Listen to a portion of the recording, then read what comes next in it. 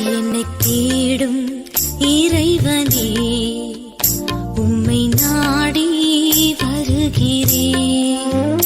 என்னை தேடும் இறைவனே, உம்மை நாடி வருகிறேன். இன்றைய தியானத்தின் தலைப்பு உரியா. வாசிக்க வேண்டிய திருமறை பகுதி 2 சாமுவேல் 11வது அதிகாரம் 6 முதல் 27 வசனங்கள் வரை. உரியா, என் ஆண்டவனாகிய யோவாபும் என் ஆண்டவனின் சேவகரும் வெளியிலே பாளையம் இறங்கி இருக்கையில் நான் என் வீட்டிற்குள் பிரவேசிப்பேனோ? 2 சாமுவேல் 11வது அதிகாரம் 11வது வசனம். இந்த பகுதியில் ஒரு உத்தம ஏத்தியனையும் தன் உத்தமத்தினின்று தவறிய ஒரு இஸ்ரவேலனையும் சந்திக்கிறோம். ஏத்தியர் என்பவர்கள் கானான் நாட்டிலிருந்த பூர்வ குடிகள்.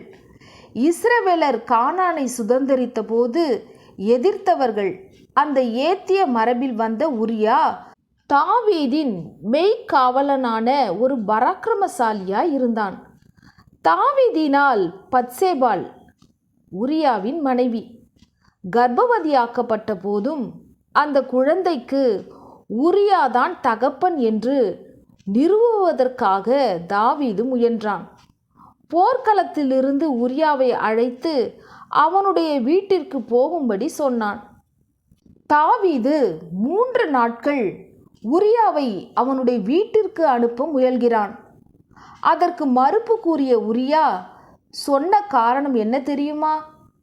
தன் மேலதிகாரியான யோவாபும் மற்றுமுள்ள சேவகர்களும் திறந்த வெளியில் பாளையத்தில் தங்கி போர் புரிகையில் தான் மட்டும் புசித்து குடித்து இளைப்பாறுவதற்காக தன் வீட்டிற்கு போவது அவனுக்கு தவறாக தோன்றியது. அவன் ஒரு கடமை வீரன்.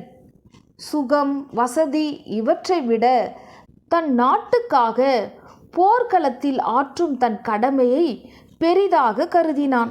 தன்னுடன் போர் புரிபவர்கள் அத்தனை பேரும் திறந்த வெளியில் குளிரிலும் அனலிலும் தங்கியிருக்கும் போது சுகம் தேடி வீடு போவதை அவன் விரும்பவில்லை.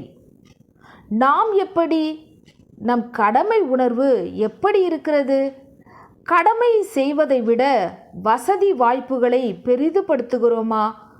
நம் சகோதரர்கள் பணிக்களத்தில் பாடுபட்டு பணிபுரிகையில் நாம் சுகம் தேடி ஒதுங்கிக் கொள்கிறோமோ?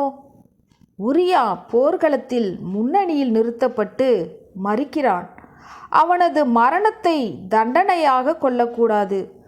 உரியா தன் உயரிய பண்புகளினால் மரணத்தை தழுவினான். உரியா உரிய பலனை அடையாமற் போகான். என்ன வந்தாலும் நம்புவேன் என் நேச மீட்பரை, யார் கைவிட்டாலும் பின் செல்வேன் எனது இயேசுவை. என்ன வந்தாலும் நம்புவேன் என் நேச மீட்பரை, யார் கைவிட்டாலும் பின் செல்வேன் எனது இயேசுவை. கிறிஸ்தவர் யார்? கிறிஸ்தவர் யார்? கிறிஸ்தவர் யார்? கிறிஸ்தவர் யார்? தேவனை உண்மையாய் நேசிப்பவர்கள், தன்னை போல் பிறரையும் நேசிப்பவர்கள், வசதி வாய்ப்புகளை கேட்காதவர்கள், கடமையை உண்மையாய் செய்பவர்கள், இவரே உண்மை கிறிஸ்தவர்கள், தன்னலமில்லா கிறிஸ்தவர்கள், இவரே உண்மை கிறிஸ்தவர்கள், தன்னலமில்லா கிறிஸ்தவர்கள்.